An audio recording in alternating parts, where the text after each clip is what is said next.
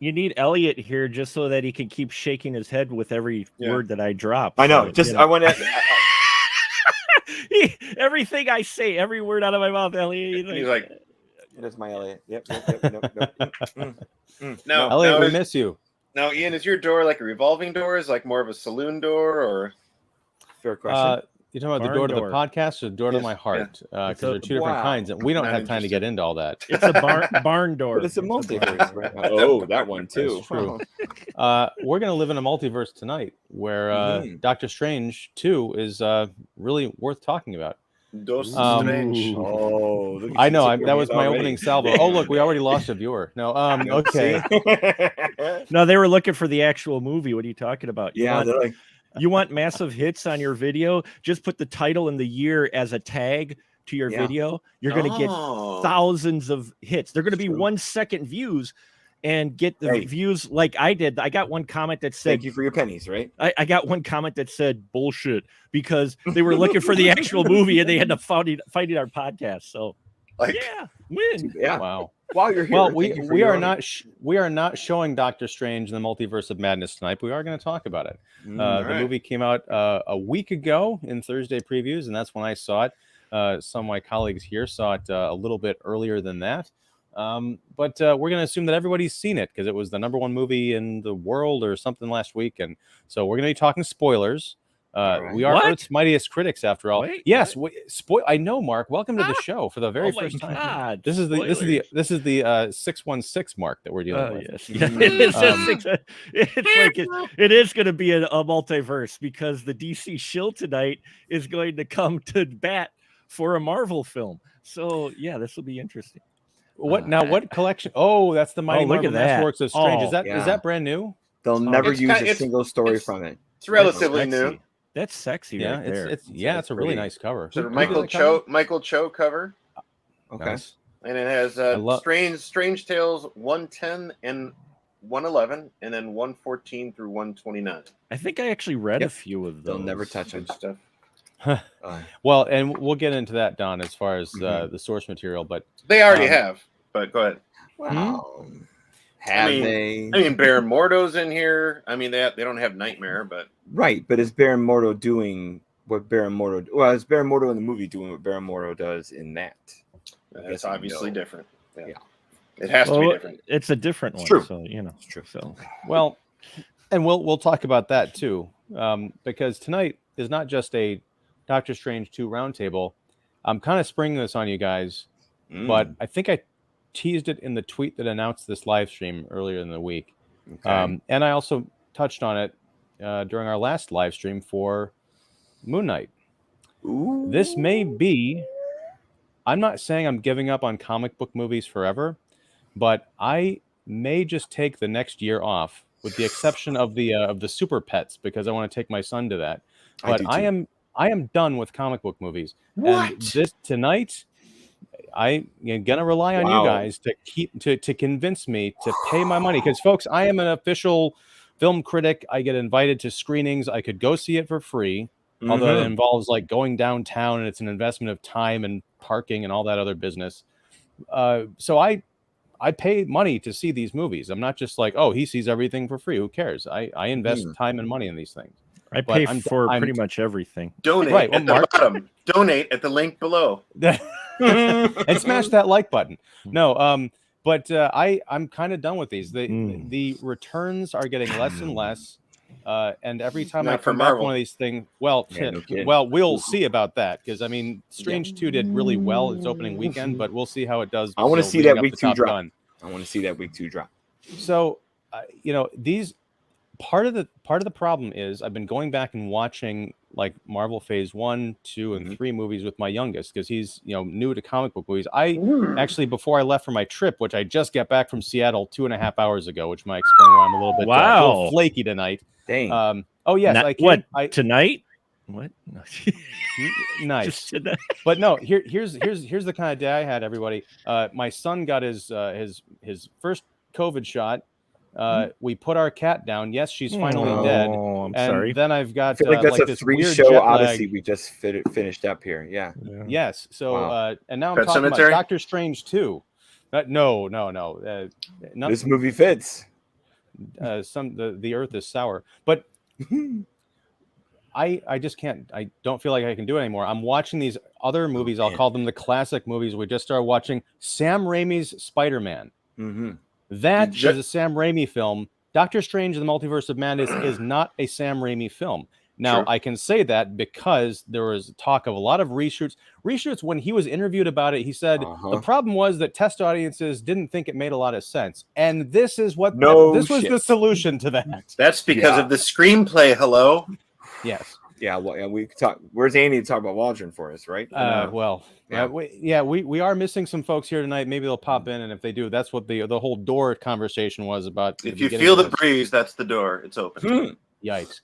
But here's the thing. I was excited about Doctor Strange when it was announced because Sam Raimi was attached to it, and it had like this eerie kind of logo. It was in the multiverse of madness.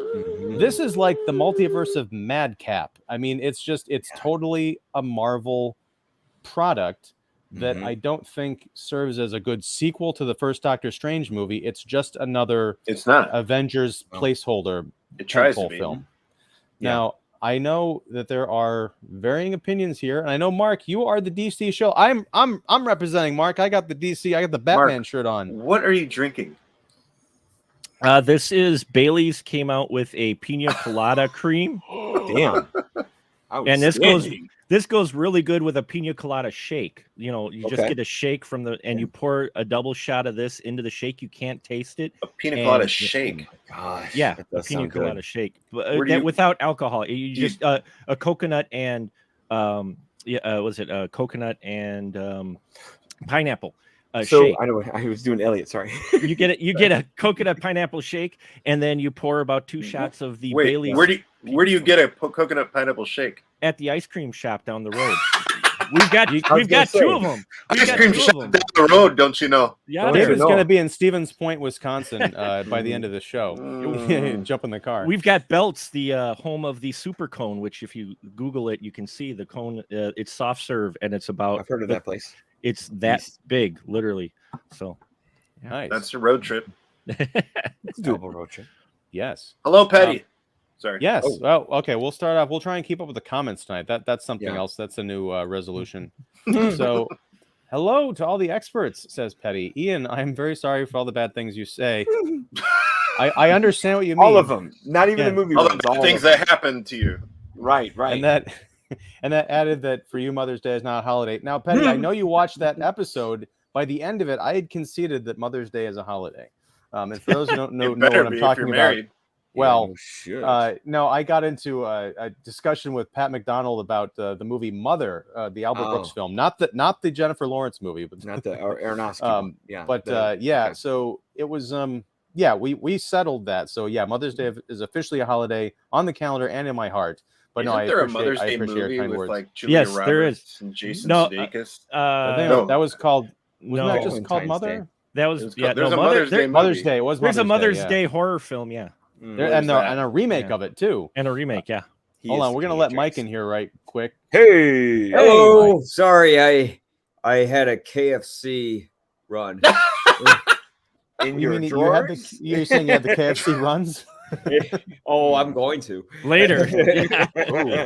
Did you get a coconut pineapple shake?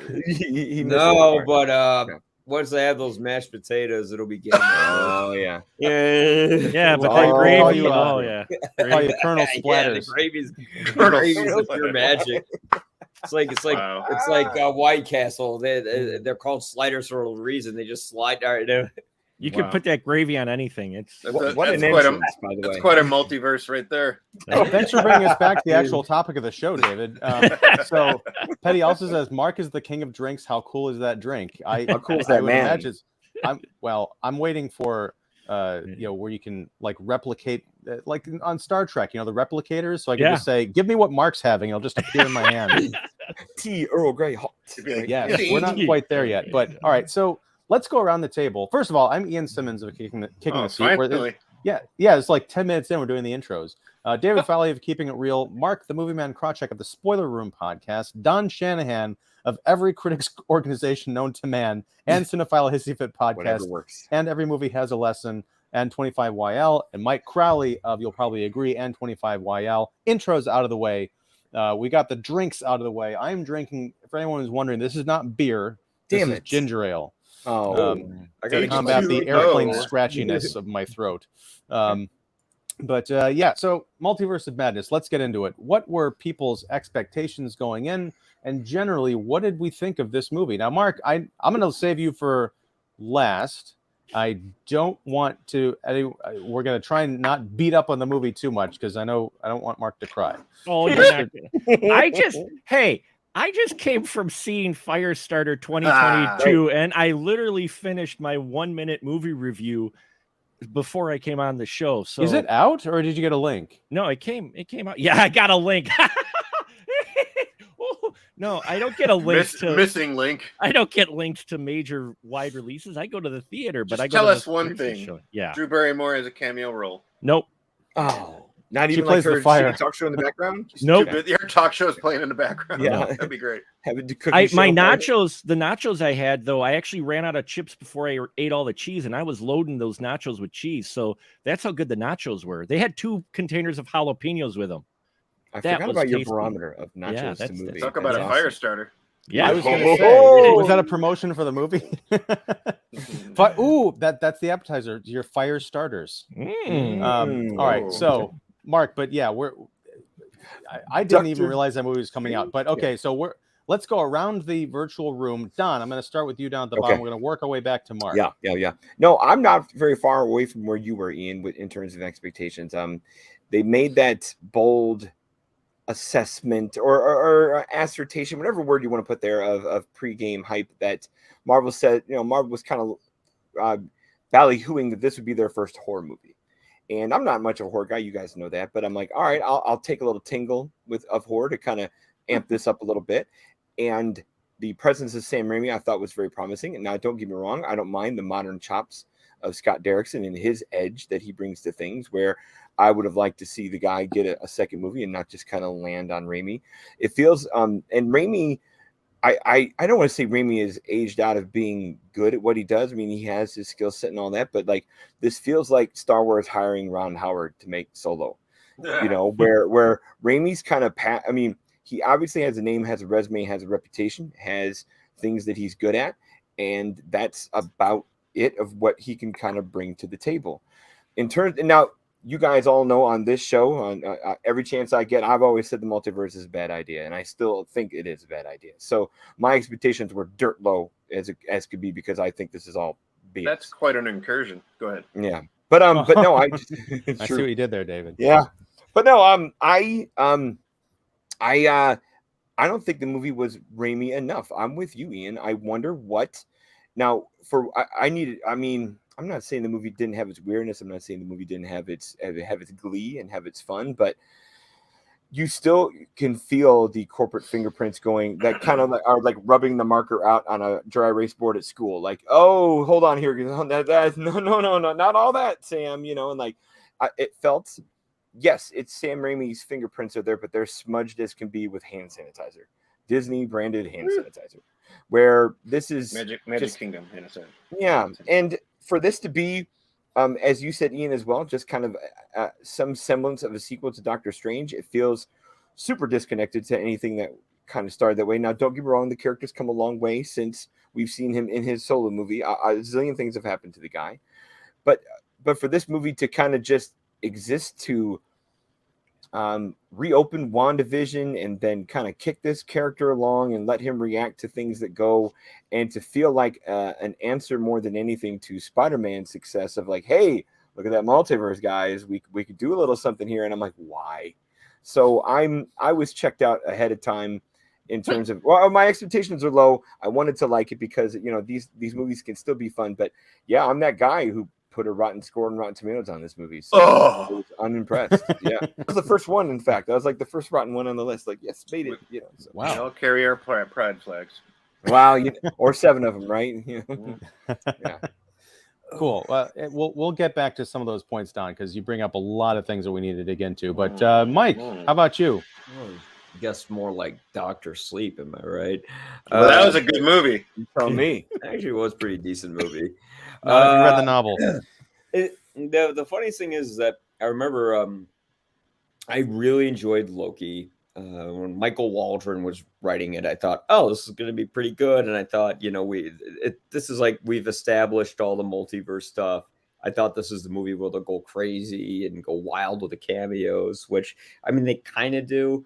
And the movie just felt really under-delivered. It felt like an extended episode of What If when Doctor Strange couldn't bring back Christine. And he's suffering with that guilt, and it's just like an overly long version of that episode that condensed like all of Stephen Strange's character arc within a 24-minute episode, where here it's like it's not even that interesting to watch. And then in between that, there's just so much exposition, re-explaining WandaVision and all this other stuff where I'm like, I don't need to know this. You could just flash to like the little cutaways they had in the beginning where you saw, some like the fake children that Wanda had and all that, and leave it at that, and then have the rest be sort of her little murder spree she goes on. So yeah, the movie feels a little bit like Kevin Feige going, okay, we got to establish this and establish this and establish this, and here's your little room for horror, and then we're gonna do all this other stuff. And yeah, the horror stuff did feel, for Disney, it's impressive, but of course we can't see some of the more graphic imagery, like Captain Carter getting sliced in half, and all that. Yeah, spoiler lights on. We're okay. But here's the spoiler. It says we're talking spoilers. That's yeah. But like as far as horror, I don't understand why they pulled back. Again, it's the same thing with Moon Knight. Oh, it's gonna be the most violent, extreme thing. Did people forget that in Captain America: Civil War there was a scene where Baron Zemo drowns a guy upside down in a sink? That was harder than anything in this movie. Captain America First Avenger has your superhero, your Boy Scout guy, kick a dude into the propeller of a plane, and he bursts into a red mist. Went harder than this movie. yeah, and that was 10 years ago. I'm just saying that you have that. People are the way they paint things out. I'm like, dude, these comic book films are still violent. It's like, what did you have selective viewing? As far as what has happened in the past, as far as what dark and whatnot. So, sorry, I don't know. For me, it's just like, hey, make it scary and not like cheap CW jump scares. No offense to CW, but like we have a killer walking when the heroes are running. We have the banging on the polycarbonate door from Christine. We have silly ass weak, just tropey scenes in movies that are supposed to be highbrow with the smartest people in the world. So although Sam Raimi's humor our horror has always been kind of like horror comedy. Yeah. So did you laugh in this movie? Because I didn't. That was the problem. Like none of it. Like there are some cool moments. Like like some of the kills. I'm like, oh, that's cool. They did that. But like overall, I'm just like, well, all right. I mean, that's kind of the feeling throughout the whole movie. It's 2 hours, but it feels way longer. Short for Marvel. I know. Yeah. Well, I think they got around that runtime by just saying, hey guys, look at the script. This is a 6-hour script. That's the way I felt when I got out of the theater. Yeah. So how about the Avatar trailer? Oh, sorry. Avatar trailer is great. That was a blast. That put me to sleep. I was in, but I'm an Avatar apologist this whole time. And you have a lot to apologize for, John. No, I know. All right, so David, tell me about Doctor Strange. How was your experience in the Multiverse of Madness? Doctor Strange has one of the best costumes in the Marvel universe, MCU. For those who went to the Museum of Science and Industry and saw the Marvel exhibit, seeing it close up is pretty cool. The only thing that still bothers me is the collar. In close-ups and stuff, the collar still feels like a felt piece from Sunday school or something. Yeah, where you see the stitches. You see the stitches. I'm like, come on, man, you can do better than that. Clean that up, yeah. Anyway. The movie. But even while you're on costumes, his little patch in the back fix job today, it looks like your mom with a Cricut machine just kind of fixing your clothes for you. Like, what's going on there? That would be cool if he went back, like he went into a multiverse to find his mom to sew it up. That would be awesome. Yeah, because Strange to the DC mom. guy, moms make costumes. Yo, unless your mom's Strange's dead, mom. right, Martha. And it's right? like Liza Minnelli sewing up his cape. Martha Kent would have made that bat costume so pretty if she was alive. Right. No talk of Martha's on this show. Oh, all right. So carry on. Yeah. So yeah, I mean, I was a little reticent going in because of Raimi's involvement, just because. We'll talk about this later, but I'm really okay. So mainly reticent because I was wondering, like many others, is Marvel Disney going to let Raimi be, and do his thing and stand out and be a Raimi film? I could go for that. That would be cool. Raimi, people forget that, kind of how versatile he is. I mean, he could do drama. He could do, totally. He's done a cool Western. I mean, all these things. A Simple Plan. Yeah, he did even a Kevin Costner baseball movie. Yeah. I love that one. But he's kind of a journeyman here, signed up for the job, and as much as he likes to say, like he said in interviews, I've always liked Doctor Strange, okay, fine. But, it's been 9 years from the Oz movie, and he's done maybe some TV work, and this is a sure thing to come and sign up for, right? Right. You're going to get paid well, and you're going to, hopefully be able to do your thing. And at least the first couple of weekends, it's going to make some good money. Because it's really the second weekend, nothing else is going to compete with it. But no, 1 week. We'll talk when we get to. I like what you said, Ian, about how this isn't really a sequel to the first movie. It tries to be because it includes Rachel McAdams, Christine Palmer, when we didn't really need her. We could just move on because their relationship was always just not believable. The problem I have with Stephen Strange, at least this portrayal, is he's kind of a dick. He's just kind of an arrogant, snarky guy, and we've kind of had that with Stark. And I would have rather him been kind of like more mysterious and moody, instead of just, we got this with the origin. He's a cocky surgeon, needed to be humbled and all this stuff. Okay, fine. We're going down that route. But then he still, once he has his, cape and everything, there's some comedy there, but it in every other movie that he's appeared in besides the first one, he just seems to be this kind of like smug, snarky kind of guy who seems to know it all but doesn't really know it all. And Wong deserves to be the Sorcerer Supreme, and he is. And Strange. Well, help me out. Why does Wong deserve to be the Sorcerer Supreme? That was the whole thing. I had completely forgotten. I think that happened while he was gone. It was explained in No Way Home. Yeah, okay. No Way Home, maybe Endgame. I don't know, but I think Wong. Okay, maybe by default he got it because Strange was not around. But I think Wong takes his stuff a lot more seriously, and he takes and I think there's a responsibility here with all the books and all the like all the training. all the stuff in the temple and all the things that they are privy to and are capable of.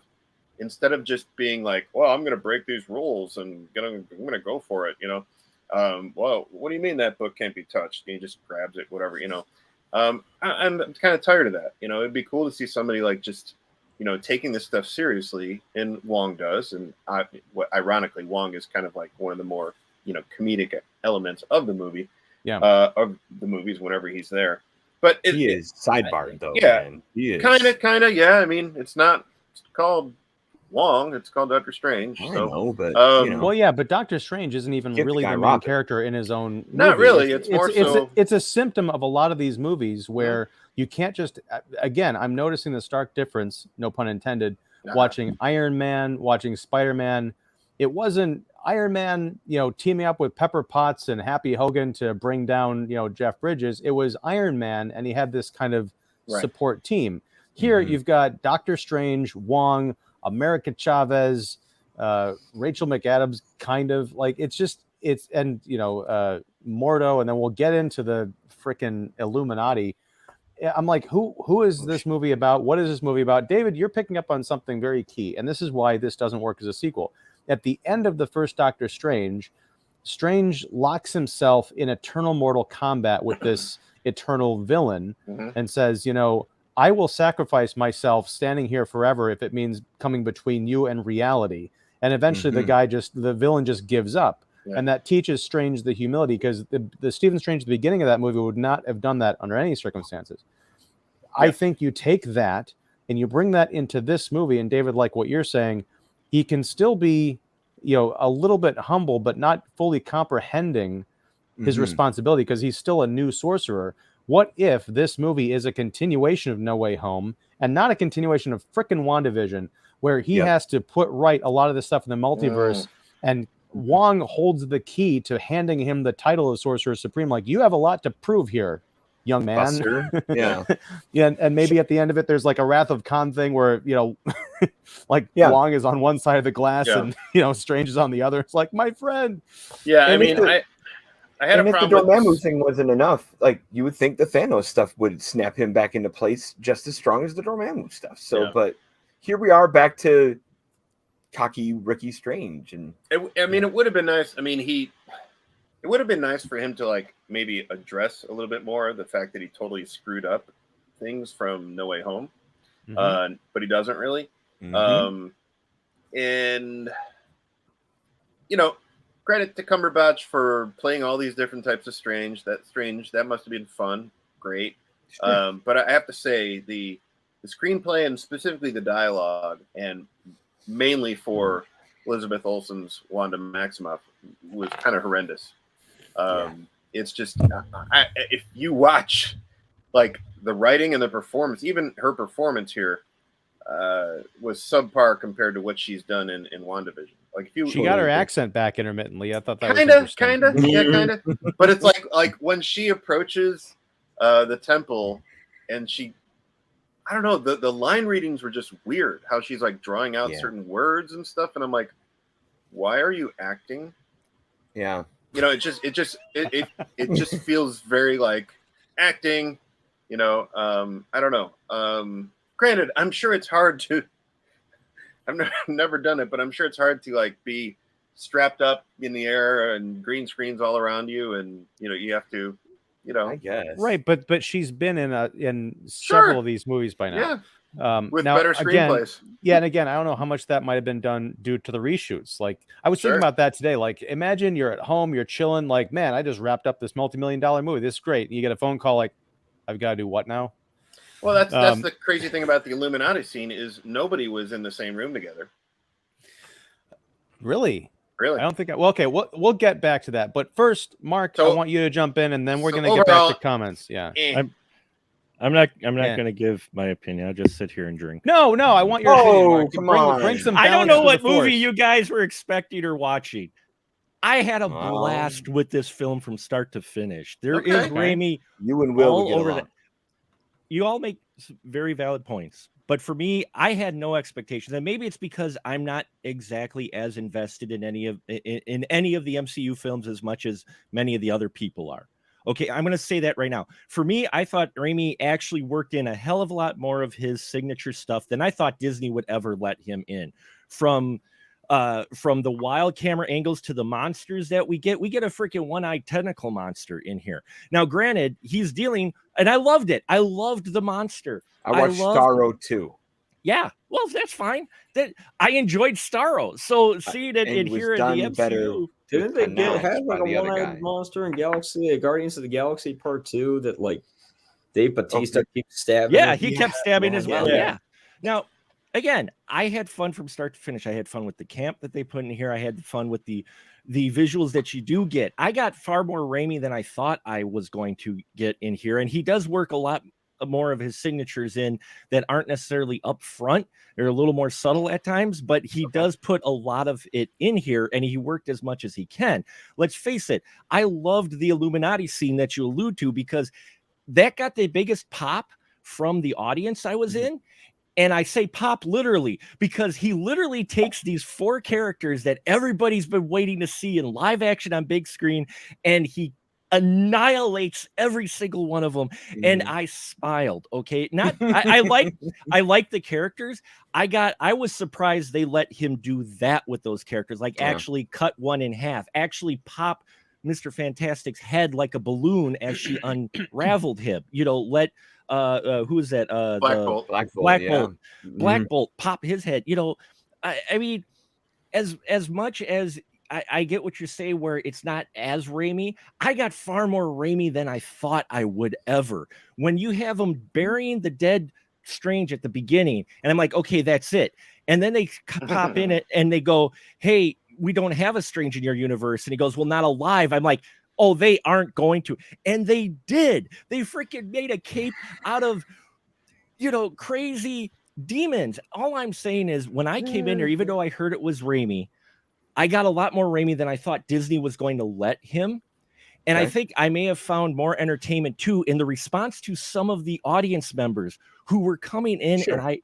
And I think that's what got me, is because you're right. There's a lot of tropes. I will fully acknowledge the tropes and the cheesy dialogue and a lot of these other things. I loved Wanda Maximoff in it. I like the Scarlet Witch in this quite a bit, actually, because we actually get a villain who feels like a threat.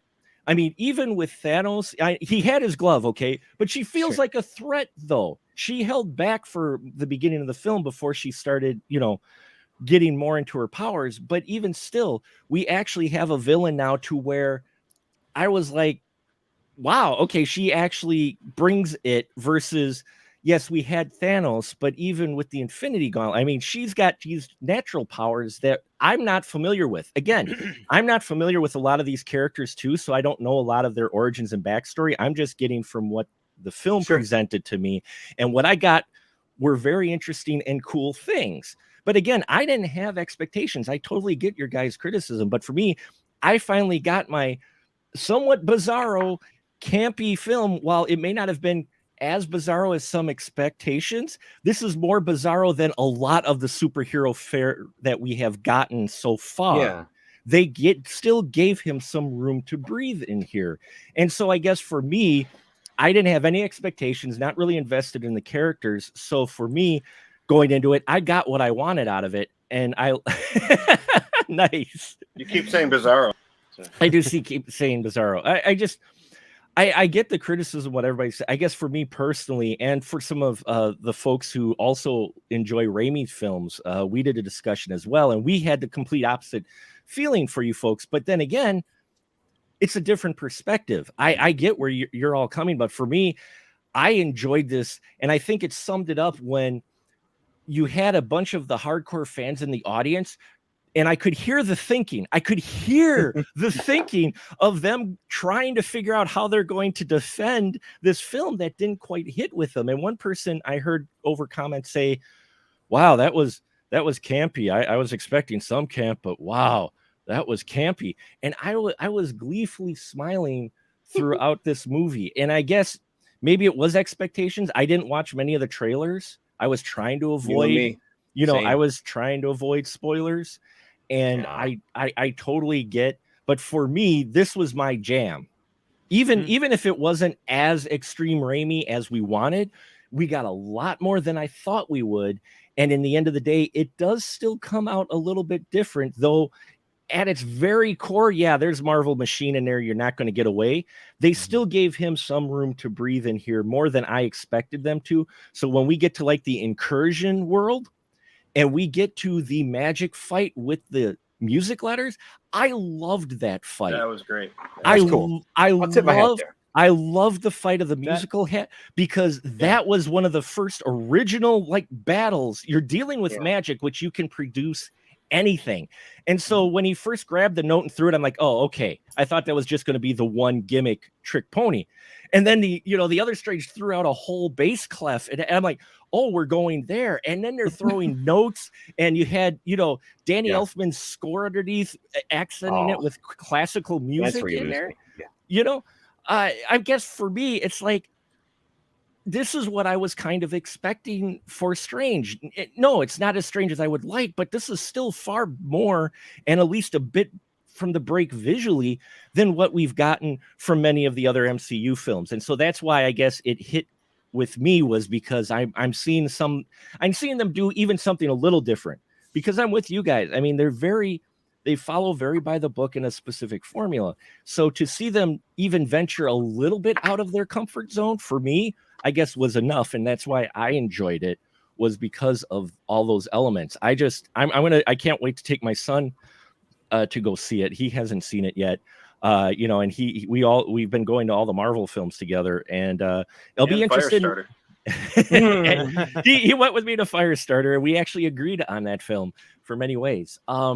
So again, I guess that's for perspective. I could see all the criticisms, but for me, especially my tastes, maybe in film, this is exactly the type of superhero film I enjoy a lot more than some of the previous superhero films. But you are right. You are totally right. It is still hindered by the fact that they have to hit certain notes because it's setting up things for later, which has been the criticism of my criticism of MCU films ever since. That they lay out this plan. And where you were saying, Ian, the earlier films, I really enjoy those more because you're not linked in. And the thing is most of the stories they don't need that. You don't need the other characters in there. Well, and I think that's true. And that's there's a lot to unpack in what you said, Mark. No, you touch on a lot of good points. I want to start off. Well, we'll get back to it because I said I was going to keep up with the comments, and we got a few of them here. So let's see. Rightfully so. Jeremy loves ginger ale. Ginger ale's good. Yeah, I'll ginger salute beer you. even better. Redhead. Gingers have souls. Those are ginger ailments. All right. So Petty says Ian's shirt is sending a message. I think his decision not to watch more superhero movies only refers to Marvel movies can be no. You didn't like the Batman. Yeah, you were kind of out on that too. Yeah, he's done with them. You're done. I said the exception I'm going to make. He liked Morbius though. I did, but that has its own problems, and we had a whole show about Morbius. You can go back and watch it. But no, I'm gonna go see that Super Pets movie because I've got a 5-year-old who needs to go to. He's got to go see a movie on the big screen this summer, and that's gonna be it. I think. Perfect. Let's see. Seems like I should go see the Northman instead of. You're damn right you should. Yeah, that maybe. Got balls. You are right. Everywhere All at Once, which is a much better multiverse film. That's true. Correct. There you go. Let's see. So far, he's been grossing $500 million. Huh? Yes, me. Ian. Yes. I wish. With an average loss of about 20% at the end of the day. So could Disney make some money and hit a much-needed home run? It depends on like what we hear about it all the time. Like obviously, it's making money. You'll hear our former guy E-Man talk about all the time. Like it's still that earning. Yeah, I know. It's still it's still that idea of earning potential. Like yes, it's great that it made money, but it didn't make as much money as we earmarked it for. So like I feel that I don't know what that goalpost is for Disney. That's the internal question. On top of that, Don, it is making money in the sense that there is money coming in from ticket sales, but we don't know if this movie is going to make money because I don't know about those reshoots. How extensive? I've heard they were extensive, and that means they're expensive, and then you got to cover marketing and all the ancillary stuff. So this film, I will predict it's probably going to be profitable, but we'll see in the next couple of weeks if people respond to it, because this is one of those films where I came out of it and I thought, I don't need to ever watch this again, and I don't ever want to watch this again. And that's not the way I feel about some of these older Marvel movies that we're talking about, where there seems like you can go back in 15 years and discover stuff not only that ties into the events of like, oh, this showed up in the Avengers, but just like emotional notes and things like that. I mean, unless Cleo or even Reed becomes a really this is a Reed, that's another version that's killed for the sake of just getting through that. For as cool as that pop was, that's a waste of a 15-minute scene, so but no, unless Cleo becomes the next coolest character in the whole wide world, because it is. Are you talking about Charlize Theron? And Cleo, sure. Yeah. You think of Miss Cleo, the psychic from TV back in the day. True. But unless she becomes the next biggest, coolest unifying thing, yeah, there's nothing to come back here for this movie. No. Well, if it's anything like the comics, they're going to continue the fine, proud tradition of the MCU with replacing all their male characters with female versions of them. They were. I mean, she was. I mean, she's the star of the new Strange comic book. Doctor Strange is dead, and she took over. Pretty much. Yeah. I mean, she's the niece of Dormammu, the threat from last movie. I get that vibe from the portal where she's coming from. Yeah, like, and they were seen that before. They were married at one point in the comics. So see, yeah, I'll take that. I'll take a relationship driven, butted heads thing, because that would be something different than just Benedict reacting. He might have to actually do some character work. So no, what's going to happen is it's going to be this movie, but with instead of America Chavez, it's going to be Charlize Theron and Benedict Cumberbatch, like stuff, bickering and stuff. Like, you got to keep up. I think Marvel and stuff. I think Marvel fears innovation. They fear having another Strange movie. I mean, we did see at the end, Doctor Strange will be back, like he's James Bond or something. Mm-hmm. But they fear having a third movie with just like Cumberbatch and Theron. Charlize Theron. They fear just having a movie with just those two, because they think like, oh, that's not enough characters, not enough stars, and we need more people. We're not representative enough, or whatever. No, but like they just did Shang-Chi with Tony Leung, who tons of characters. But tons of characters, but not like no big box office names, and it did fine. Because Simu Liu's untested. Tony Leung is an import that us cinephiles know, but he's never made an American movie. Michelle Yeoh is the one person people have heard of in that movie. Awkwafina. And Awkwafina, But that's it. But those don't put butts in seats. A good story and some, some interesting character work will, and that's what that movie did versus this one. Well, yeah, we'll see what they do with her. I don't know. I mean, I think maybe they have one more Strange movie. I don't know how many movies he's, signed on to. Oh. He'll take that paycheck. Outside of ones that start with Doctor and end with Strange, but yeah, Doctor Doom. I don't know. I mean, honestly, I don't know what other movies he can be in. See, that's anymore. Yeah, that's another point that we'll get to later. But like, for this seems like a super aimless phase that they're in right now. Like, yeah, I was saying it on Will and I's show. Like, unless the multiverse is the thing that is the centerpiece of this phase. If that's the case, fine. I guess you're dabbling here and dabbling there, but like, unless Kang's the big thing coming, or unless I would love that too. But I mean, but there's nothing, and I'm not saying you have to do it like you did phase 1 and phase 2, and where you have to build all the way to Thanos and all that. But like, this seems really aimless because, okay, fine. You've got Spider-Man kind of retconned to being a street level hero again in a way, and like Strange has come through all of this with a third eye, not the one between his legs. Where's it going? Like, or you're unopening, like I said it before, you're unopening and reopening WandaVision when that had closure. So I don't know where they're going. And then Moon Knight lays its turd that it did this past month. So. You mentioned exactly what I mentioned on the last few Marvel films. Is there, as much as they say they have a plan, just from an outside perspective of someone who's not into the films too much, who goes to these just as films, these feel far less, even the shows feel far less of a direction than what they had in that first 10 years. Okay. As much as I am the DC building solid, as much as I have the DC shill, I will fully admit what they built over those 10 years was really impressive cinematically, and hats off to them.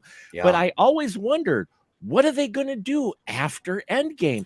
And we're seeing it. And while they say they have a plan, it really feels like they're kind of lost. That's why I always am yelling at DC, and I'm kind of excited with the new people after Discovery Plus bought and they kind of cleaned some house. I'm like, DC, if you want to finally make up some ground on your comic book films, this is the time, but your window's going to be close, because Marvel and that have enough money to where they'll find their mistakes and hopefully right the ship, but maybe not for a while. But this is the time to strike for DC. If DC wants to get in and go toe to toe with them a little bit better, they do it now, because it seems aimless. Even with even with the Captain, with Falcon and Winter Soldier, WandaVision, yeah, it was a carryover and they did really well, and you do have kind of closure with it.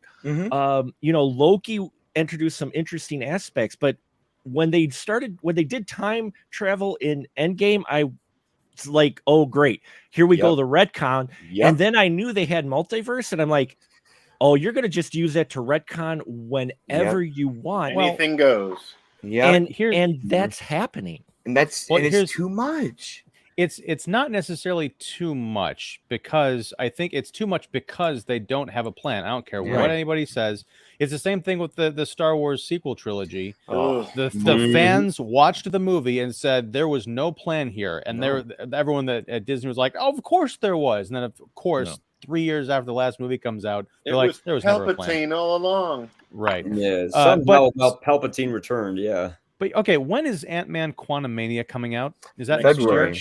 February? March? A year, yeah. Now don't get me wrong. COVID probably made a dent here. Does not matter. Does not matter. Because if you have a plan, 2 years shouldn't matter. Yeah. Huh?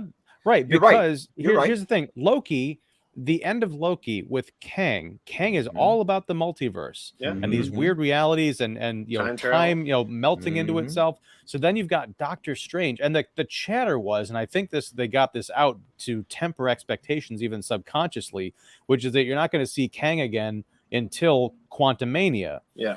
But it would make sense if you were actually thinking about this stuff to say, we've got this character who's very big into the multiverse. We have an entire season of a TV show that's about multiple realities and possibilities. And now we've got a Doctor Strange movie with multiverse in the title. And we're not going to do anything with that. We've got to wait almost another year to find out how this all shakes out. That's so disappointing. They're setting all this up, and then all they're doing is like, oh yeah, here's like 4 cameos. Anyways, here's like the same shit you've seen again. I'll double down with one more.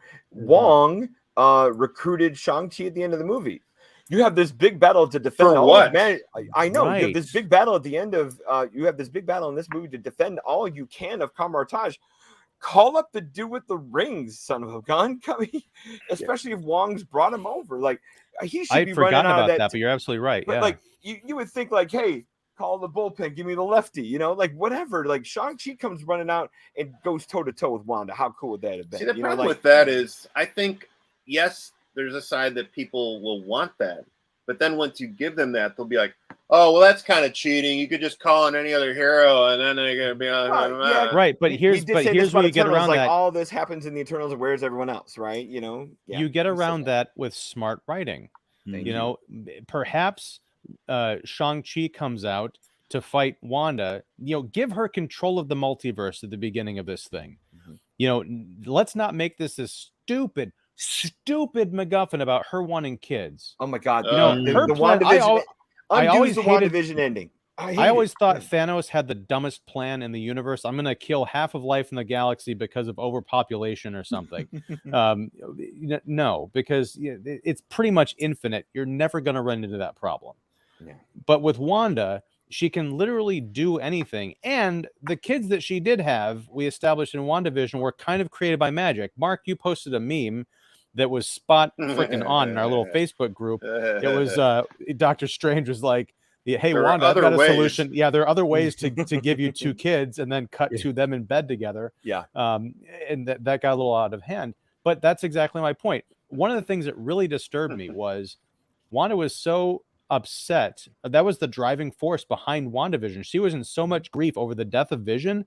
Vision is mentioned once in this movie, related to not anything important really, except Vision had opinions about the multiverse. Oh, cool. But she was so obsessed with the kids that she never even thought about getting Vision back. I know. I said this to Will on our show. Like the word that keeps ringing the bell to me is inconsistency. Simple as that. Like Wong recruits Shang-Chi, and yeah, you're right. I know we're piling cameos for the sake of cameos and cheating for the sake of cheating, but that's the unity you've done. That's the unity. That's been the bread and butter of what MCU has done. Where keep using it. Why the misdirection for the sake of misdirection? And even when Feige comes out to say we overmarketed this movie by probably giving you too much, like that tells me alone that you're trying too hard. And that the writing has slipped up a little bit because yeah, like why Vision isn't here, why Shang-Chi isn't here, why she's got the Darkhold book. She had this wonderful closure. Like she put the kids to bed and the house disintegrated and she had closure at the end of WandaVision.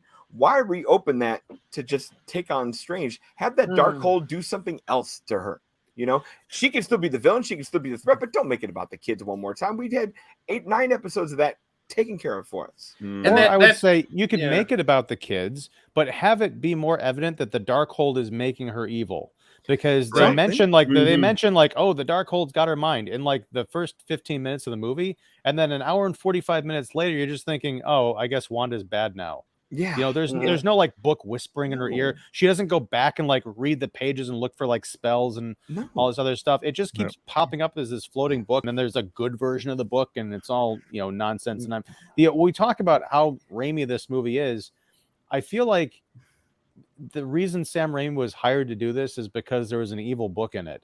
I mean, like if you look at it's got the topsy-turvy camera angles. It's got some of the makeup, especially on zombie. Transitions, the zombie makeup stuff. Camera. But I feel like this is what people who don't really know anything about Sam Raimi as a filmmaker think of when they think of Sam Raimi. Like this is not all this man can do. It's his greatest hits from 35 years ago. I want to see that the old man still got some spark. The first Spider-Man, when I said that was a Sam Raimi movie, it's because you've got the classic, you know, the car and the Bruce Campbell cameo, but he's using the stuff that kind of made him famous in new and interesting ways, and doing things that you haven't seen Sam Raimi do before. Right. And there's none of that in this movie. The stuff that's, you know, it's you get the feeling that he was like, have Benedict, you walk through this door, the animators will have you looking at some really cool shit. Yeah. Well, Marvel's like, hey, do your thing. Do your thing. And it felt, at least the first two, it felt like a Stanley, Jack Kirby type of, you know, comic, you know.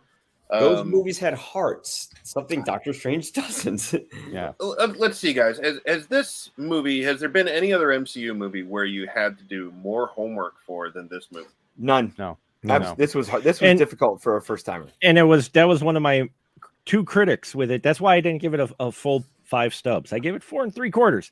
I didn't give it 5. And and the reason, but part of the reason was that the 2 big complaints I had with the film was, one was the over marketing.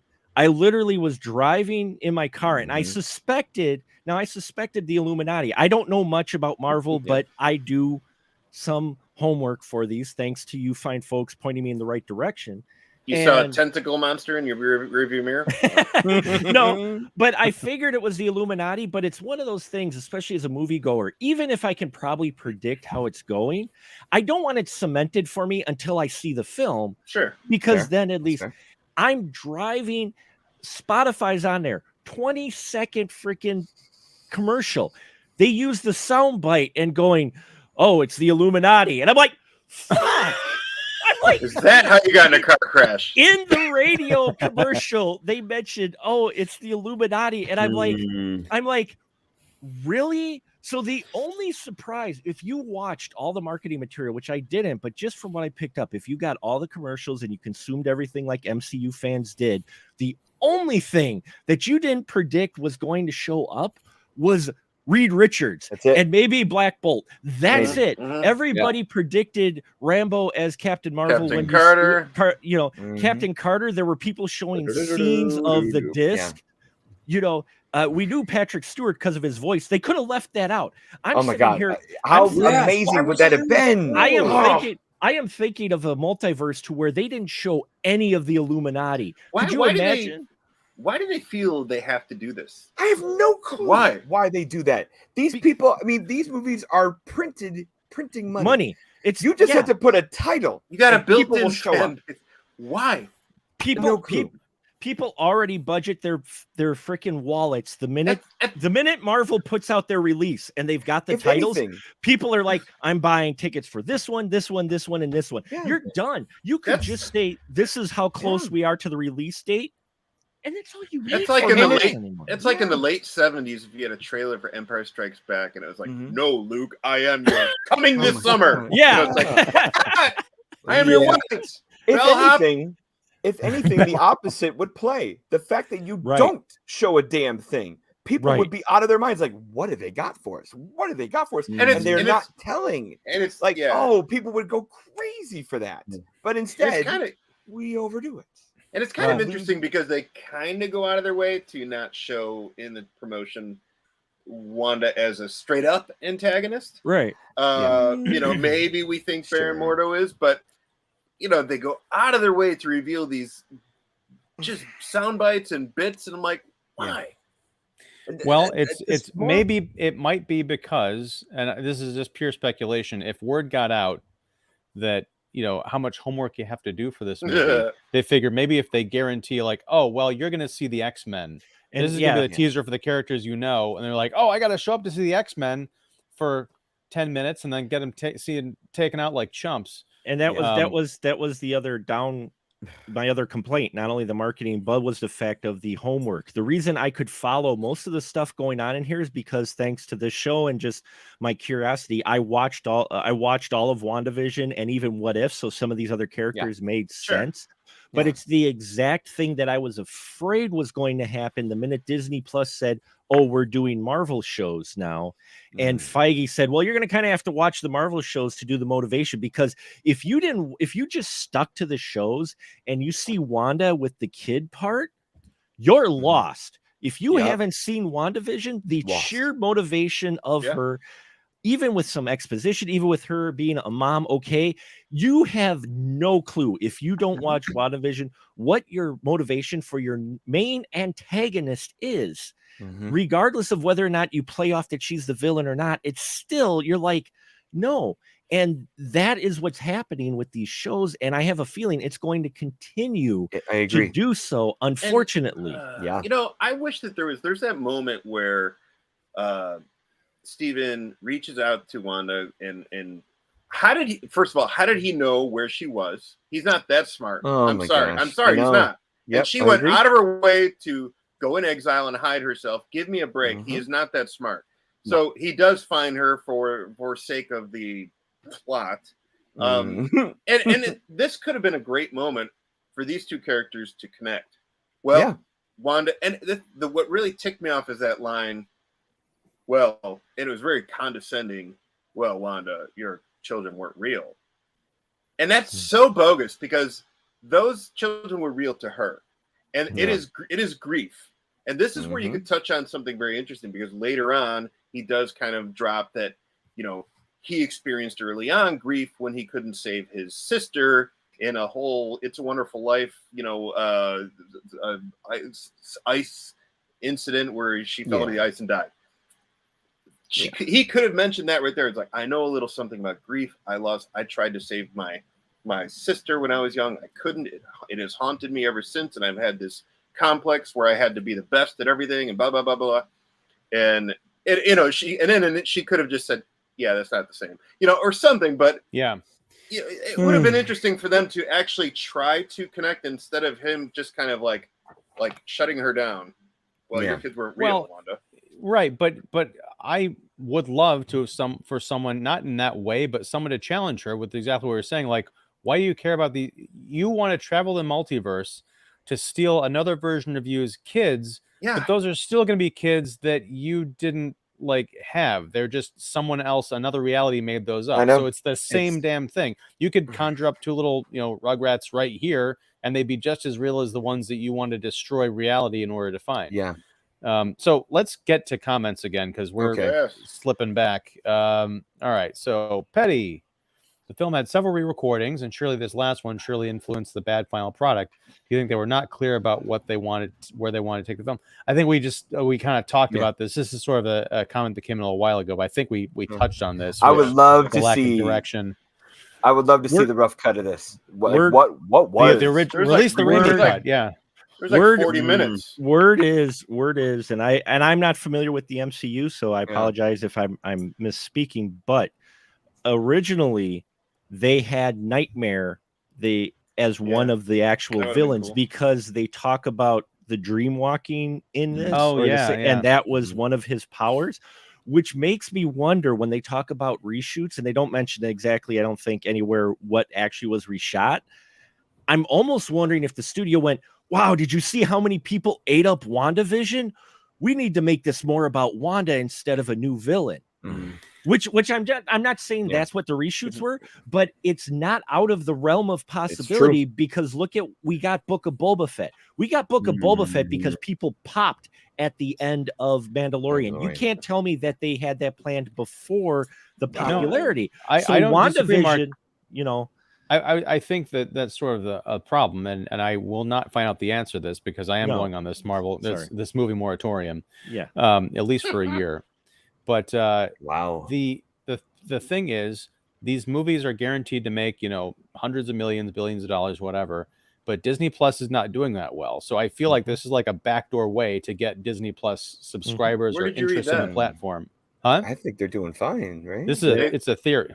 I mean, it was just reported that they're like actually getting more signups than Netflix. Yeah, that chart is doing great. Well, but Netflix is also tanking. That's spin, David. Yeah, Netflix is tanking as of 2 weeks ago. So to say, well, we're doing better than Netflix. Too. Yeah, that's been too. Like 200, what is it? 2 million subscribers, drop in the bucket when you have 170. Right. But I'm saying, Disney Plus is not the home run that I think that they need it to be. So they're trying to drum up interest through the films, and so I think that they're going to see. You guys are going to see a lot of interweaving, is what I'm saying. Well, maybe Chippendale Rescue Rangers will see. I got that screener today. Can't wait. Yay.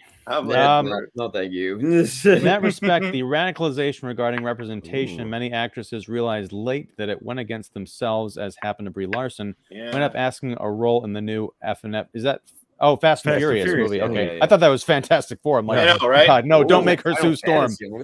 I would love her as Sue Storm, but not if she's already Captain Marvel. But yeah, that would be weird. Although here's a crazy idea. You've got the multiverse. You've got Chris Evans have a bit where he shows up as a version of the his version from the Fantastic Four. This movie was not nearly crazy enough for anybody's taste. When they go through that weird kind of cool montage where they're flashing through the multiverses and we see the paint versions of them, can we at least, you don't even have to cast anybody, can we at least see a wasteland with sentinels and you see a guy with claws jumping up in the moonlight to slash across someone? Or what were the other movies? Tom Cruise, Tony Stark. Or that whole Illuminati scene where they defeated the flashback Illuminati scene where they defeated Thanos.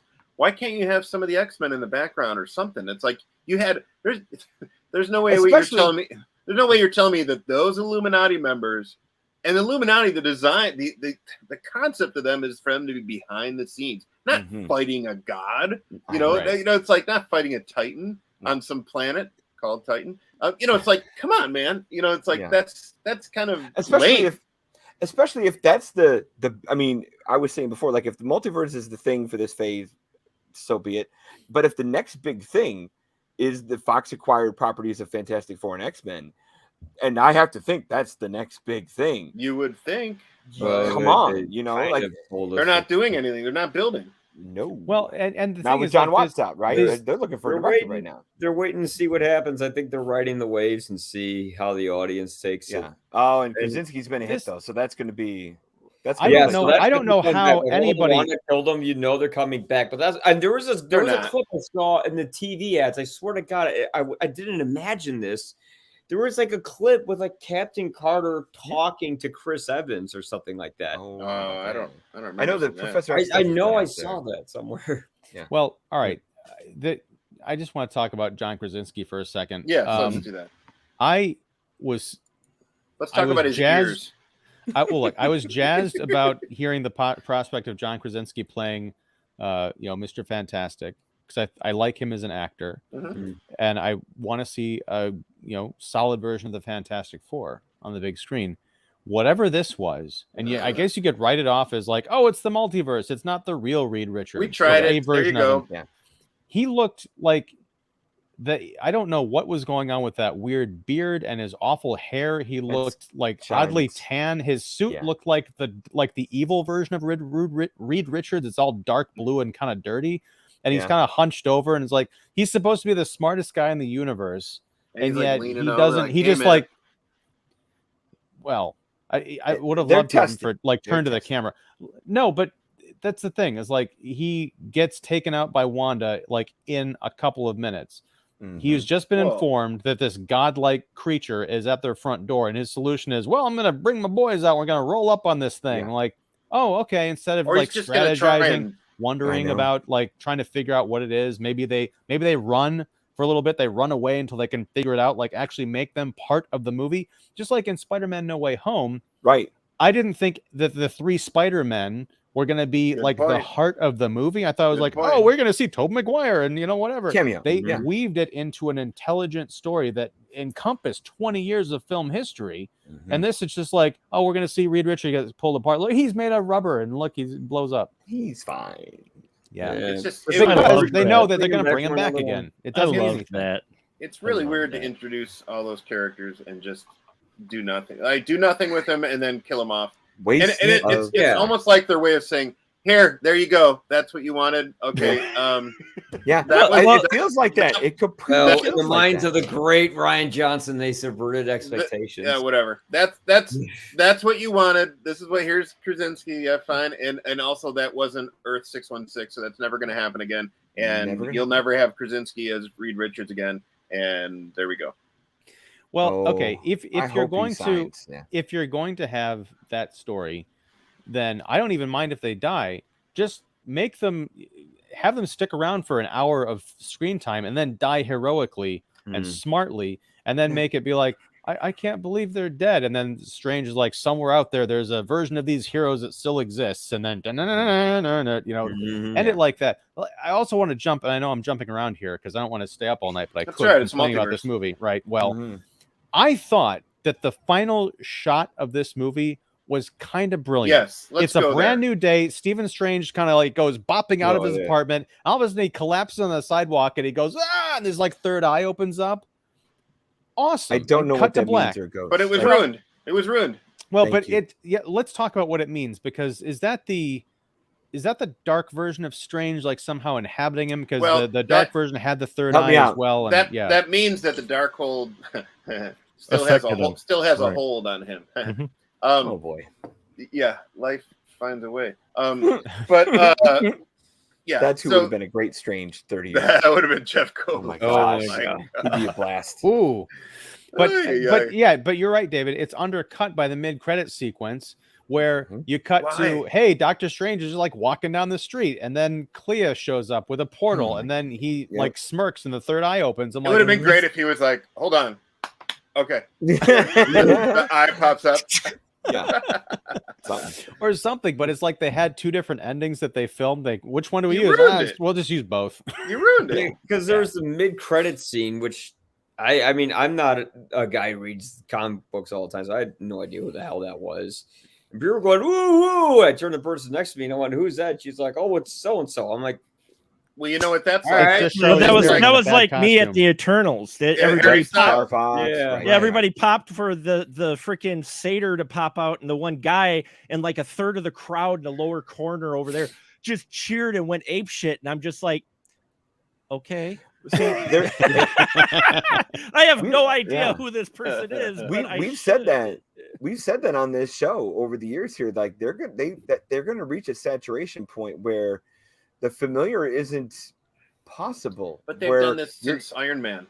Like, I know, but Samuel Jackson shows up and all the audience thinks is, oh, Samuel Jackson, what's he doing in here? Where comic fans know from reading the Ultimates. Yeah. Oh, they're doing it. But like the levels of like if you're doing the alphabet of A-list, B-list, C-list, D-list, like Nick Fury, you could do you don't have to do a deep dive to get to Nick Fury. As opposed to Cleo. You gotta really fucking dig to get to Cleo, or to get to Star Fox. It would have been way better, as you said, if it was Miss Cleo or something like that. But with the Sam, to rescue the multiverse. Yeah. With the Sam Jackson cameo at the end of Iron Man, it's perfect because Sam Jackson, even back then, was geek catnip. So you have him show up. It doesn't, the 2% of the audience who's read the Ultimates and understands that that's Nick Fury is gonna be like amazed. But it works on another level. It's because it's Sam Jackson's awesome, and also because he said, "I want to talk to you about the Avengers Initiative," which most people know, or even back then knew who the Avengers were. They didn't know about necessarily like Iron Man, but they know some of the other people in it. Yeah. With this, they could have fixed the Charlize Theron scene Cameron with Diaz. one Charlize Cameron Diaz. That's a multiverse I'd like to see. But no, like this weird hot Hydra. But no, just fix it with one line of dialogue. Do the Back to the Future thing where he's like, "Who are you?" And she's like, "There's no time for that. We've got to do something about our kids." It would be and jump through, like, or like, "Come with me, husband," or something like husband. And then, because at the end of it, I'm just like, okay, who is she? I didn't even put it together that was Clea. And I don't know where they're going. I was like, when I saw her, I was like, did I miss a character in the Eternals? I mean, you're right. She looked like it. When I saw her, I'm like, Angelina? Angelina Jolie looks a little different. I mean, you're right. And You're right. And Ian. she's doing another bad accent, just like in Alexander. Yeah, because most of the audience wouldn't know. It just looks like a kind of nicely done cosplay of who. You know. Sometimes when you go to convention, like, wow, that's a great costume, but I don't know who she is. Right. But it's a great costume. That's the thing. They're just running out of. And don't get me wrong. If you're gonna, they have proven they can establish D-list heroes into A-list heroes. Like, look at Guardians of the Galaxy. Like, that's a deep cut that, thanks to great personalities and obviously James Gunn's level of play, you've taken something that most audiences would have no clue about and make them awesome. Have you done that with Doctor Strange in 2 movies? On that note, why is it that the Guardians movies and even the last Thor, and I'm sure the upcoming Thor, why do those movies have a better director stamp than this one? Sam Raimi has a spotty history, unfortunately, and it seems like he has bad luck on his side with Spider-Man 3, then Oz, then I mean, if this makes money, it probably won't hurt him, and that's probably why he did it, because it was like low risk. Sure, it's easy. Yeah, I think this is the hardest sell because it's Doctor Strange. Now, Guardians of the Galaxy, that's an easier sell because you have the banter. And it's unknown characters. You have beaming charisma in that movie, and even with Thor, Chris Hemsworth is just radiant heat. Benedict Cumberbatch is that it just isn't. I know there's the Cumberbatches out there who think he's the hottest thing in the whole wide world, but do those people just really show up in droves the way they do for Hemsworth? But I'm specifically talking about director stamps. Well, and I think. Sorry, David. I was picking up on what you were saying. The question, and I thought about it. I think it's because, oddly enough, I think it's the material. Because if you look at Thor Ragnarok and Guardians of the Galaxy 2 and even Guardians 1, those are Marvel comic book movies, but they're also pretty much removed, partially because they take place in like more cosmic settings. They're removed from a lot of this interconnected nonsense. Yeah. Like, even though Thanos is like the big kind of guy behind the guy in Guardians 1, he's not the main threat. That's Ronan the whatever accuser. Yeah. Right. And then in Guardians 2, that's all about Kurt Russell being the planet god and Star-Lord working out his daddy issues. Thor Ragnarok, at the end, Thanos' ship shows up and that like leads into the Avengers, but they're still very much separated, which gives the director more room to play with. I would imagine there's less studio interference. So like, no, hold on a second. We got to get this character, and this character is going to be on the lunchbox, and we got the Lego set of this scene, and that's my theory, but I don't know. That's fair. Who you can market and who you can't, and Well, I mean, that's one of the main reasons why. I mean, I'm interested in seeing the Thor movie this summer, just because it's going to be really interesting to see how they incorporate this storyline of the God Butcher and the, Jane Foster's Thor. Great storyline by Jason Aaron in the comics. Let's see what happens there. I mean, Christian Bale as the antagonist, that seems really cool.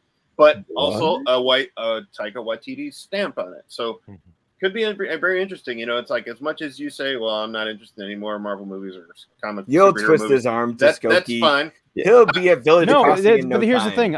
But to your points, David, I do love Christian Bale as an actor, and I think yes, this a lot of these movies are based on solid comic book stories.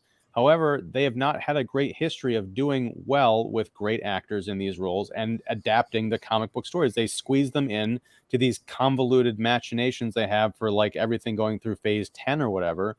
So it all just ends up this melange. Yeah, we got a reference to the incursion.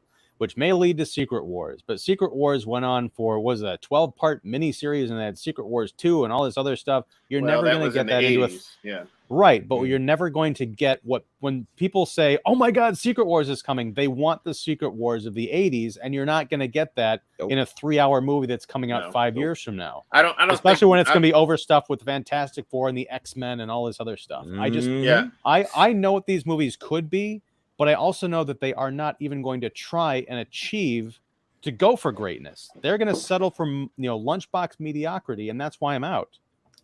Well, and then the next problem with this Marvel stuff is that they had the time to focus on these characters of these movies, but now that they've introduced everyone and kind of put their brand like right up front for the entire world to see, and it works magnificently, it's sort of reduced to sort of these like, big talk show like entrances, like, oh my God, look who it is and look who that is, and it's less about the characters.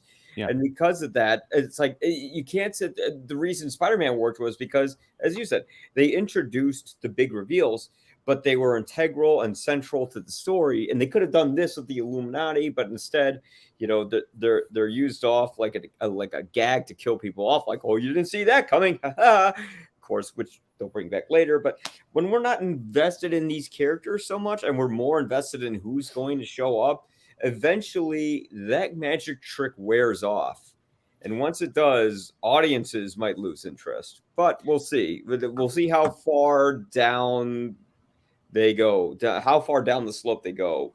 Hopefully they're able to recover, but again, Marvel wasn't always perfect. They didn't start out great in the beginning, but eventually they kind of learned their way up.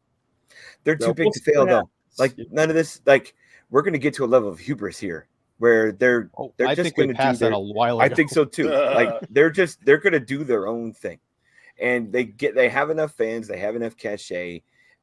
It's going to take a lot more than these minor bumps of necessary homework and drawn out shows and mild missed movies for them to be like, hey, Kevin Feige, put down the fucking coffee. You're not the guy anymore. Like, it'll never, not over his dead body. It ain't happening. It's the same thing with Disney and Pixar. Was John Lasseter, who was part Pixar and then took over Disney. Not every Pixar has been a hit, but they still don't seem to really be changing anything with what they do. A little bit, but I mean, a little. But still, for the most part, they're a Pixar film, and it's still pulling in people. So Lasseter's not going to pull in people, but it's because all going to Disney Plus. Well, they're cheating a little. Yeah, that's the thing. Is sadly they have been different movies. They have been different than like sequels. But unfortunately, since the pandemic, they're all going to Disney Plus, right? For reasons I mean, I understood it initially. Okay. Yeah, for Soul, I get it. But well, the other one too. What was the first one? Luca. The brothers. No, the brothers. Onward. Onward. Onward is in the theater. That was a simultaneous thing because it came out. I saw. We went to. Oh, you're right. Did a show about it. Yeah. I saw Raya. I went to the theater and I went to see Raya on the big screen before I saw Disney Plus. Yeah, but that's not Pixar. That was my next. I know that's my not, next movie. not Pixar, but I mean that's another simultaneous thing, similar to what they did with some of the. And you're right. The Pixar films now have been almost all straight to.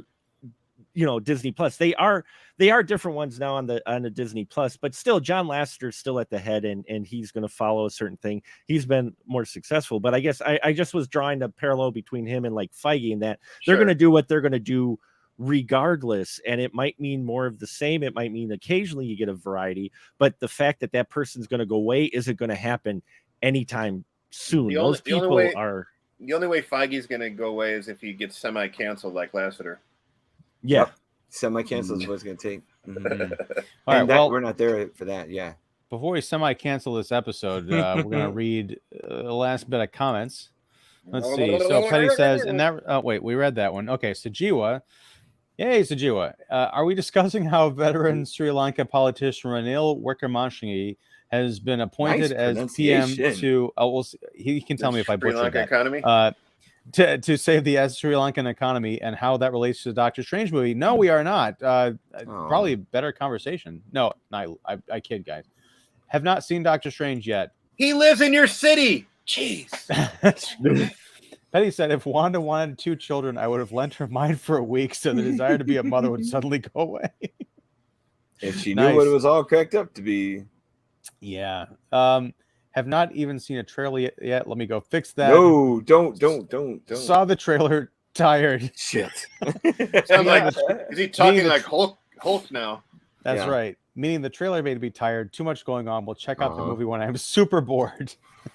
Strange 1 movie was pretty good. Early Iron Man movies were good. Simpler with a good script and director works. Man, I miss Giacchino. I mean, I know Elfman is Raimi's guy, but I miss the harpsichord and the charm of the dazzle of that movie where Elfman just like Raimi, just playing greatest hits. Yeah. No undertone of any note or speciality. Nothing. Yeah, it's just the same, like people going, oh, and like the horns going off and all that. I would have rather had some of us like that. So no, I would when it works. I don't think it's going to happen. We love you, Mark.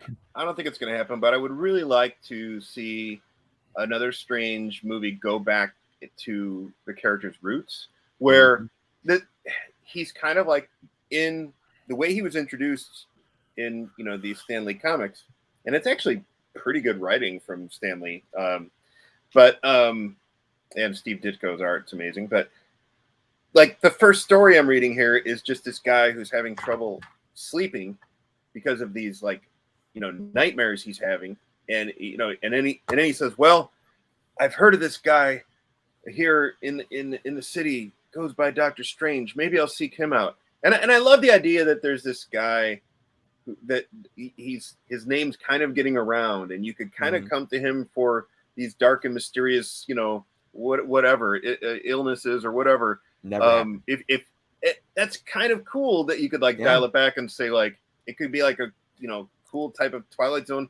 He goes, and of course Wong answers the door, and of course Wong in the comics is totally different from Wong in the movies, but it's like, yes, he opens the door. Yes, Dr. Strange is here to see you. Wait, you know my name? Yes, Strange knows all. So he goes, and so it's just so weird, and it deals more with the astral form. And he's like, "Well, how are you going to help me?" "Well, I'm going to visit your dreams." Whoa, I know it's never going to dial it down like that because we've seen those too are the words. much, Well, and I feel like Marvel is getting to this point thanks to the multiverse where they're going to do the X-Men's mistake. They're just going to get everything has to now be bigger than the last thing. Where they're going to do the Phoenix Saga for the third or fourth time. Please no. I do have a question. The worst thing they could do when they bring in the Fantastic Four is jump straight to Galactus. Watch them do that. They're gonna just they need something big, and no need.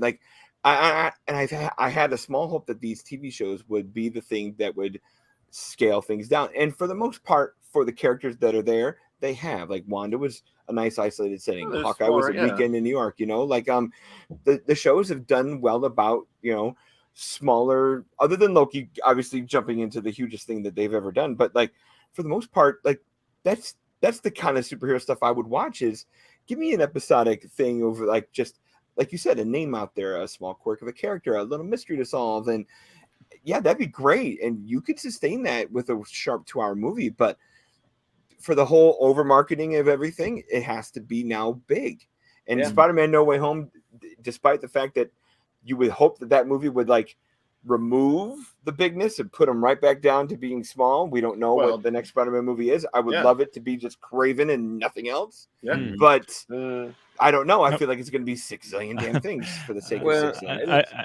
This movie was supposed to come out actually before Spider-Man. Sure was. And you could tell because it just feels so underwhelming next to it. You could tell you could see it maybe set things up, but after Spider-Man, you're like, well, I don't care about seeing this is cool. All right, there's John Krasinski as Reed Richards, and John Krasinski sounds like he's tired and looks like he just rolled out of bed when he's reading his lines, the scuffly hair going, "Wanda, Deadbolt can kill you with just the sound of his voice." Yeah.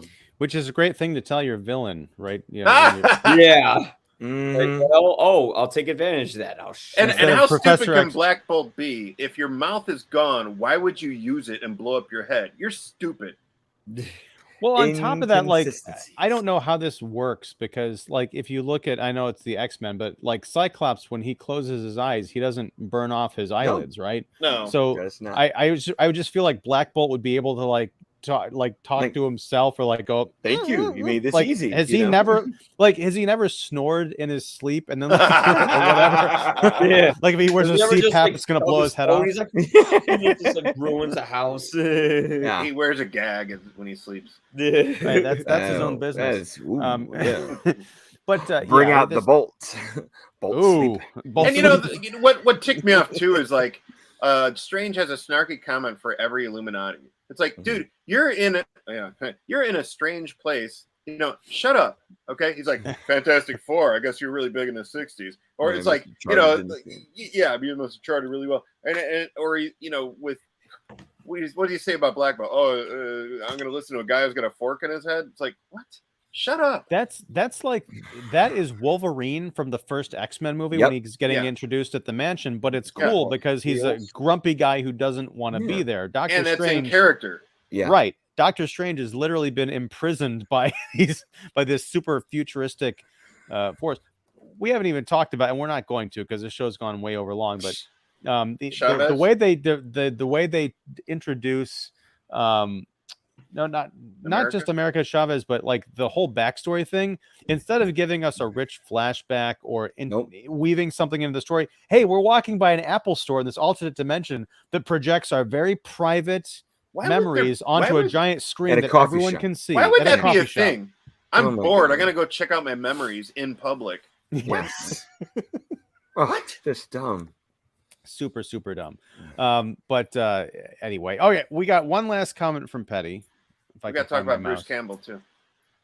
Yeah. It's over. Pizza Papa. Yeah. This is where social media let me down once again. I mentioned this, I think it was on the last show, it's gonna Don, be your memoir. and you, yes. After I go back to the Marvel movies, crawling on my hands and knees. But no, I mentioned this in the last show, and you and Annie, Don, kind of like, even though you're virtual, you kind of looked at each other, like gave the side eye when I said what I said. So I'm like, I saw this thing on Twitter that Bruce Campbell posted. If it's what I think it is, and it wasn't. There's a picture that Bruce Campbell posted.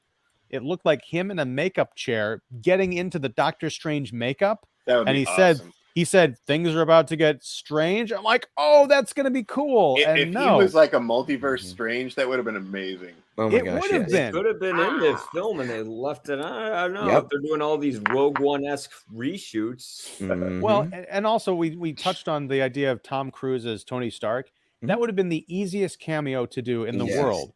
They encounter a world where you see Iron Man fighting someone. He's like up in the sky. He's like, got the jets and everything. And all you need to do is get Tom Cruise like a tight close up on his face, like saying, we're going to take these guys down. And then you digitally put in like the HUD. So it's just like him inside the Iron Man helmet. It could be anyone in a suit.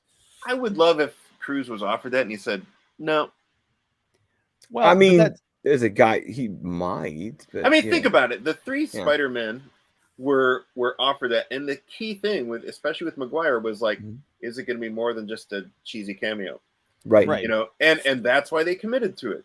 Right. These guys, I mean, look, that's why I think like half the celebrities in Hollywood singing a bad rendition of Imagine over TikTok during the pandemic, you can pay $5 million to Tom Cruise to do 10 seconds in Doctor Strange. I'm saying he doesn't need it. No, he doesn't. But I'm saying his ego needs it. This movie was not nearly as strange as it should have been. And I think if you go, there's nothing wrong with doing a lot of crowd pleasing in the story in the service of an awesome story. If this got completely bug nuts, where they go through a portal into a dimension where you've got the Fantastic Four teaming up with the X-Men and half the dead Avengers to fight Doctor Doom and riding a giant octopus, even if it's a 10-second scene. That would have been better than anything else in this movie. Not to mention the event, like the open your mind part in the first film was way more mind-blowing and cool than anything in this effing movie. Yes. I agree. Sorry, Mark. I know you're busy over there playing Cubert. Yeah. Drink his drink. He switched drinks now. What is he drinking now? Oh, now it's just seltzer water. So Oh, there you go. Okay, gotta wash. I blew through the other drinks. Yeah, So. this long podcast has watered you down. Yeah. He's All right, drown so his we're thirst, going to man. close out with Petty. This could be its own show. I've had the sensation for a long time that the super movie stars, a la Steve McQueen, who summoned crowds of fans, have long since disappeared. Can be. I would say absolutely yes. Also, the movies that they were in have long disappeared. Right, and I think that's the key. Is See, I feel like the last guys that were like that, like just pure red carpet and big screen. The last guy is Tom. Dwayne Johnson. No, Tom Cruise. Hanks and Cruise. Yeah, no, but Hanks doesn't doing blockbustery Steve McQueen hero of everything I ever touched stuff like Tom is, like Dwayne Johnson is. Yeah. But Dwayne comes from wrestling. He's a different guy than McQueen and these like John Wayne and Arnold Schwarzenegger and Sylvester Stallone. Like that star's gone, you know. And I think that the weird thing is, I mean, comic book movies kind of took precedence a lot of that, but a lot of what those movie stars are doing now is branded content. Correct. They've sort of lost their identities inside properties. I mean, if you look at Dwayne Johnson, he's doing the freaking Disney Cruise movie, and he's going to be in Disney Cruise 2, and Tom Cruise, like, oh my God, Top Gun 2 is coming out. People are talking about Top Gun 2. They're not talking about, oh my God, it's the new Tom Cruise movie. Yeah, but those are the things he made, like Tom at least has his stamp on Mission Impossible, Top Gun, whereas Dwayne's treading on Jumanji, treading on Fast and Furious. Like he's hopping into things that weren't his to begin with. Like he hasn't made, what's his original, like, he doesn't have like a Terminator that defined him the way it defined Arnold. Who? Right. Dwayne. The Rock. No. What's Dwayne's, like, he doesn't have a figurehead spot. Unfortunately. He's better than Arnold. Like, only he could play that. Like, even the Rundown was awesome, but come on. But that's not, Mount Rushmore stuff for him. Not even Hercules, none of that stuff, Yeah. It's all his top five are other people's stuff. I think his first foray into cinema was a Scorpion King, and that was kind of art. That was a prequel to that was Brandon Fraser's coattails. So actually, he was in a small part in Be Cool.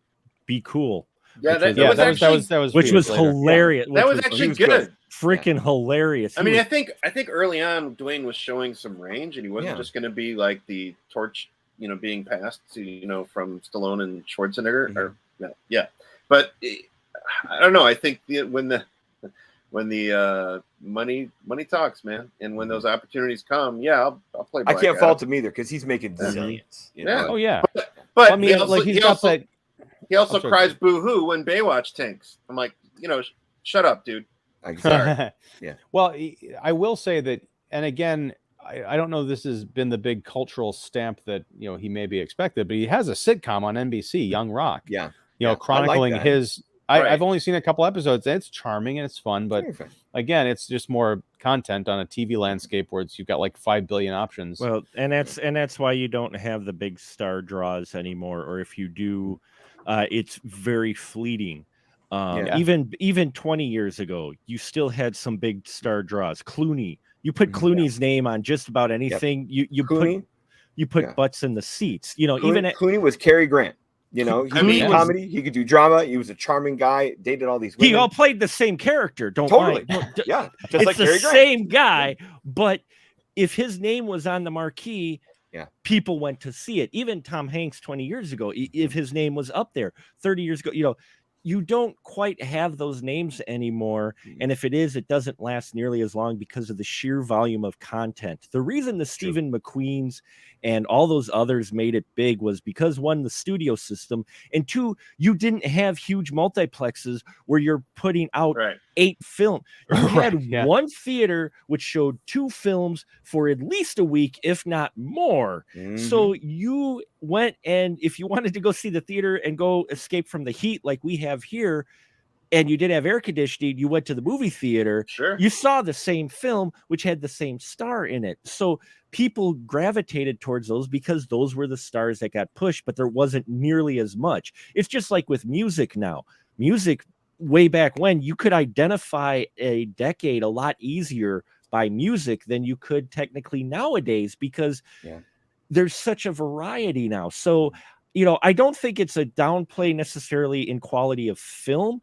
I think there's just so much now that you have exposure to, you can find more niche that those people don't get as exposure to as wide of an audience. And even with your MCU films, what you guys are talking about, bringing it back around to here, is MCU is now starting to run slowly into that channel of only drawing people who have been following the content till now. Whereas when they first started, why, Ian, I think those movies were better was because they were very focused on pulling in those schmucks like me who had no clue about most of these Marvel properties.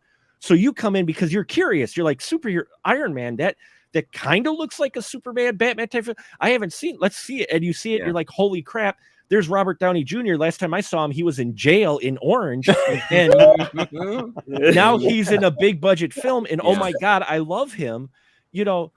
And now they're like, they've got the established audience, and I think they're resting on their laurels a bit. They're like, oh, we've got the audience out there. We don't necessarily need to take as much care. We don't need first timers. Because the people now that we've established this generation over 10, 12 years now who have grown up with these films, they know these films, and they've gone out to get the comics because we've got them interested. So if they don't know these characters, they're going to go get them. So we don't need to pull in new people now, unfortunately. And I think they're just, I don't think as much care is being given as that first 10 years where they wanted to pull in new people. And that is exactly why I'm pausing my comic book movie viewing for the next year. You heard it here. I don't know what kind of punishment I'm going to receive if I break my pact with myself, but yeah, we'll see. So thank you everybody for talking about randomly, intermittently at least, Doctor Strange and the Multiverse of Madness. There's a lot more ground to cover, but we're not going to. We are going to be back in a couple weeks to talk about Obi-Wan Kenobi, which may also signal my end of love affair with Star Wars. We'll have to see about that. Ian, it's been fun. I'll never see this one. I'll agree. Like, this one could make or break me. Yeah, but I'll still watch it no matter what, because Star Wars is a drug for me, and I'm stuck in that relationship like Amber. That's why you got to cut off cold turkey. Now, I'm not saying I'm going to stop. I'm just saying the more I see of Kenobi, the more I'm like Kenobi. But there you go. Rename the show. Half of it isn't like on a subplot with a new character. I will be amazed if Obi-Wan Kenobi is the star of his own show. So, Don, great analogy between Clooney and Cary Grant. Just excellent. There you go. Thank you, Petty. And big greetings to all. You made another excellent live. Good night to all. Well, thank you, Petty. I think that's a perfect note to end on. I would like to sincerely thank all of you. Now, I have made this grand proclamation. I trust and love all of your opinions. So if these movies come out over the course of the year, and if you rave about them, and if you say, no, Ian, come back, this is really different and amazing, then I might just try it. And if I do try it, and I find that if my trust has been betrayed, then I will never talk to any of you again. Here's the thing. Get him, Dave. Get him, David. Stick to your promise and just leave this up so we can talk. Yeah. And you could just go bye-bye. You guys are perfectly fine to start your own Earth's Mightiest Live. It'll be kicking the seat -1. It'll be the Quentin Tarantino Presents. Remember those movies? That's right. Liking the Simmons. Here's the thing. Maybe I'll just do live streams for all these movies, but I won't watch them. I'll just listen to all of you talk about them on the stream. And be like, wow, that sounds really dumb. Or that sounds disagree. amazing. Wait, I didn't see it. So the PR agents are going to love that. Yeah. Did you watch the show, sir? No, I did not. Here's content for you, though. Here's my coverage.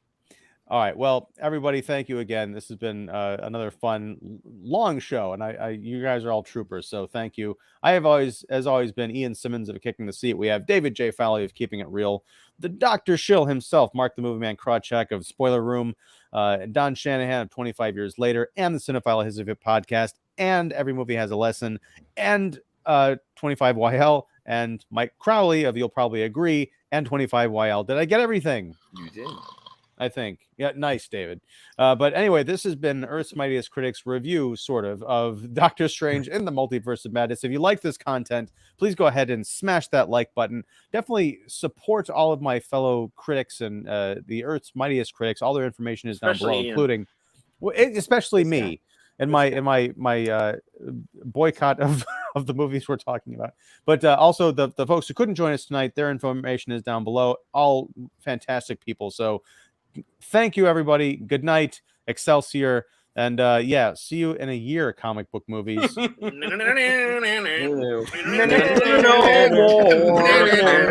more.